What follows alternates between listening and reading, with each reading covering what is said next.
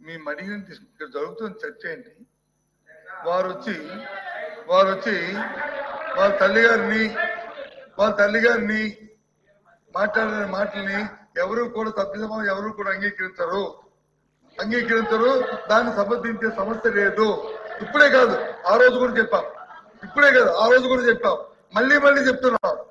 ఏ తల్లిదైనా సరే ఎవరు నిందించినా దాన్ని సమర్థించే సమస్య లేదు, ఆమోదించే సమస్య లేదు. అంత మనుషులు కాదు మేము.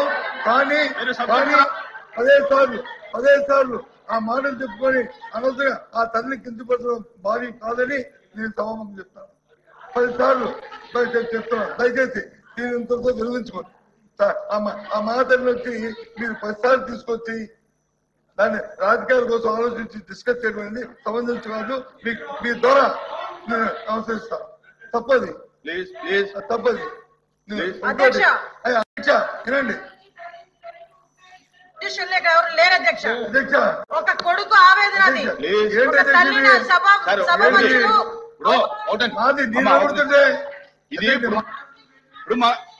ఈవేళ షార్ట్ డిస్కషన్ ఏంటి? మీరందరూ మాట్లాడేది ఏంటి? జరిగేది షార్ట్ డిస్కషన్ ఏంటి? సబ్జెక్ట్ ఏంటి?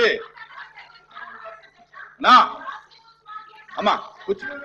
ఎల్ఓపి గారు జరిగిన విషయం చెప్తాను. ఇప్పుడు మంత్రి గారు అడిగారు. కూర్చోమ్మా, ఇబ్బంది కదా చెప్పు సార్. చెప్పరు. నేను మాట్లాడి కూర్చోండి. మాట్లాడైతే మీరు మాట్లాడితే మనం కూర్చోండి. మీరేం చెప్తాను చెప్పండి.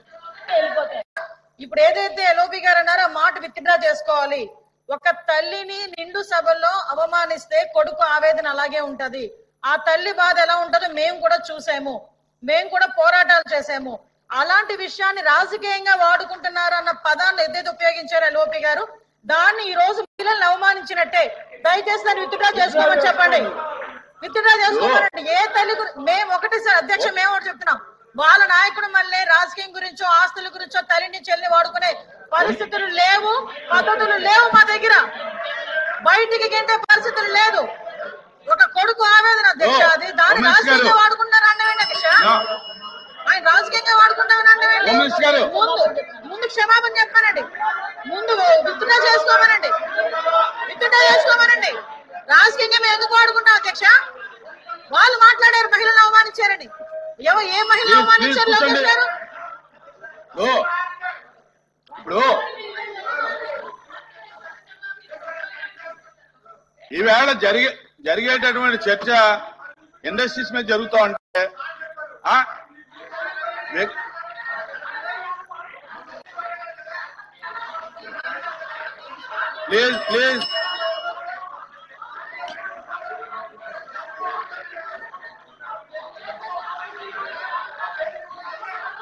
ప్లీజ్ కూర్చోండి. మంత్రి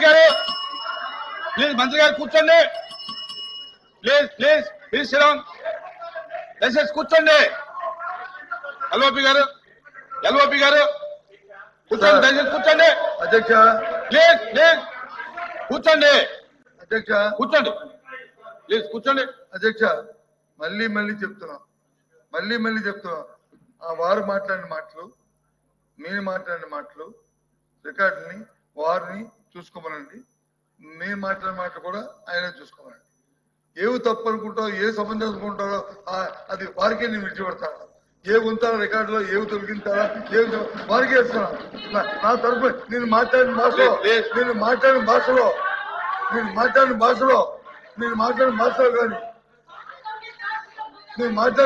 కానీ నేను ఎవరైనా ఆపాదిస్తే నేను తప్పకుండా దాని ఇంట్లో తీసుకుంటాను. నాకే అభ్యంతరం లేదు. కానీ మీరు ఎంతసేపు మాట్లాడినా ఎవరు కూడా ఏ సభ్యులు కూడా ఎక్కువ మనకంటే ఎందుకు తెలుసుకుందాం, ఏం మాట్లాడతారా, ఏం చేస్తారా, ఏం మాట్లాడతారా అని ఉన్నాము. ఎక్కడ మరి మా సభ్యులు మాట్లాడుతున్నప్పుడు మన అవకాశం ఇవ్వాలి కదా అధ్యక్ష. మాట్లాడదు ఆయన అయిపోయిన తర్వాత మాట్లాడదు. కూర్చోండి. మేము అడుగుతున్నాం. చెప్పదలుచుకుని వచ్చా మాట్లాడినప్పుడు వచ్చి మాట తోడలేదు. దయచేసి ఆ మాట వచ్చి విత్డ్రా చేసుకోండి. అది ఏమన్నది అన్నారు. దయచేసి ఆ మాట విత్డ్రా చేసుకోవాలని అని అడిగాం. అందుకని ఏమన్నా అదేండి ఆ మాట అంటే దాన్నే చెప్పాను. ఏం కొత్త మాట చెప్పానా? నేనే కొత్త మాట మాట్లాడానా? నాకు ఒక ఇంగిజ్ఞానం ఉంది, నాకు ఒక పరిజ్ఞానం ఉంది.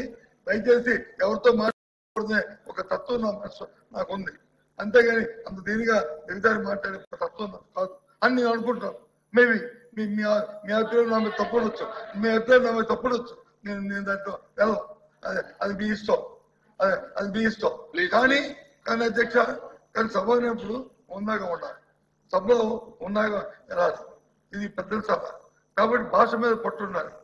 దయచేసి ఆలోచన కూడా అది ఎక్కడ చూసుకుంటే మీరు డిసైడ్ చేయండి. ఇప్పుడు చర్చ జరుగుతుంది. పరిశ్రమ మీద, దీని మీద అయిపోయింది సభ్యులు. నెక్స్ట్ ఎవరు మనతో మాట్లాడమని ఆ తర్వాత నేను మాట్లాడతాను. చెప్పండి అధ్యక్ష.